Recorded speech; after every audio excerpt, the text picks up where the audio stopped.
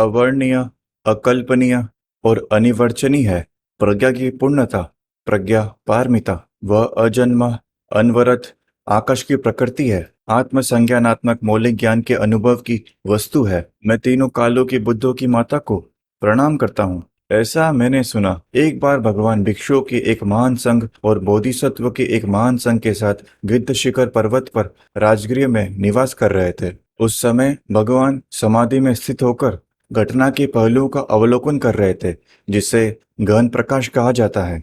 इसके अलावा उस समय महान अवलोकितेश्वर बोधिसत्व महासत्व ने ज्ञान की गहन पूर्णता का अभ्यास देखा और देखा कि पंच स्कंद स्वभाव से शून्य थे। फिर बुद्ध की शक्ति के बावजूद आदरणीय सारिपुत्र ने उन शब्दों को महान अवलोकितेश्वर बोधिसत्व महासत्व को संबोधित किया। परिवार के उस पुत्र या पुत्री को कैसे प्रशिक्षित होना चाहिए जो प्रज्ञा की गहन पूर्णता के अभ्यास से संलग्न होना चाहता है। इस प्रकार उन्होंने कहा, और महान अवलोकितेश्वर बोधिसत्व महासत्व ने आदरणीय सारिपुत्र को उत्तर दिया। सारिपुत्र, परिवार का एक पुत्र या पुत्री जो प्रज्ञा पारमिता की गहन अभ्यास में शामिल होना चाहता है, उसे देखना चाहिए। इस प्रकार उसे पांच स्कंद को सही ढंग से आत्म स्वभाव से शून्य मानना चाहिए। रूप शून्य है और शून्यता ही रूप है। शून्यता रूप से भिन्न नहीं है और रूप भी शून्यता से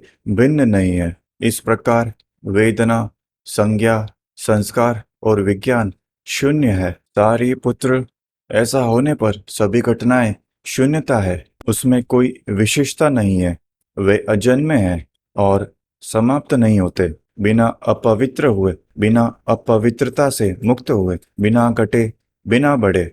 इसलिए सारी पुत्र, शून्यता में कोई रूप, कोई वेदना, कोई संज्ञा, कोई संस्कार और कोई विज्ञान नहीं है। न आंख है, न कान, न नाक, न जीभ, न शरीर, न मन।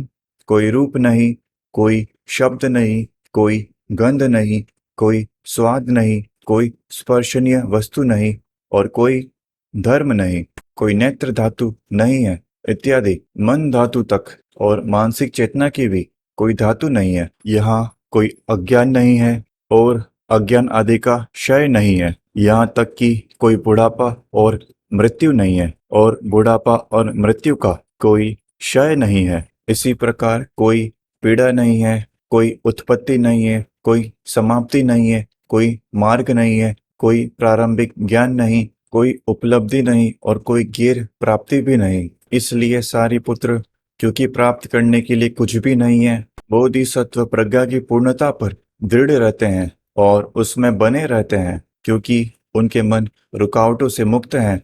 कोई डर नहीं है। गलत विचारों को पार करते हुए वे अंतिम निर्वाण प्राप्त करते हैं। इसके अलावा तीनों कालों में रहने वाले सभी बुद्ध प्रज्ञा की पारमिता पर दृढ़ रहते हुए अद्वितीय, पूर्ण और पूर्ण जागृति की स्थिति में प्रकट और सम्यक संबुद्ध हुए।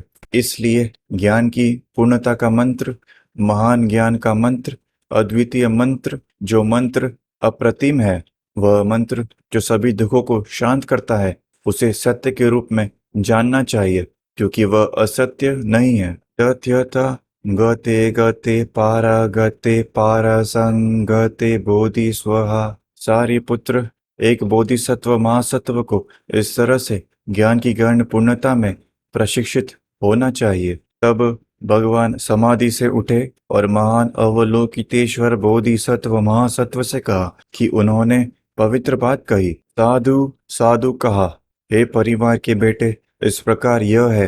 हे परिवार के पुत्र, इस प्रकार यह है। प्रज्ञा पारमिता का गहन अभ्यास वैसे ही किया जाना चाहिए जैसे आपने सिखाया है, और तथागत भी आनंदित होंगे। जब भगवान ने ये शब्द कहे तो आदरणीय सारिपुत्र, महान अवलोकितेश्वर बोधिसत्व महासत्व, संपूर्ण अनुचर, साथ ही सांसारिक प्राणी, देवताओं, मनुष्यों, असुरों और गंधर्वों ने उनके द्वारा कहे गए शब्दों की अत्यधिक प्रशंसा करते हुए खुशी मनाई। भगवान द्वारा जो कहा गया था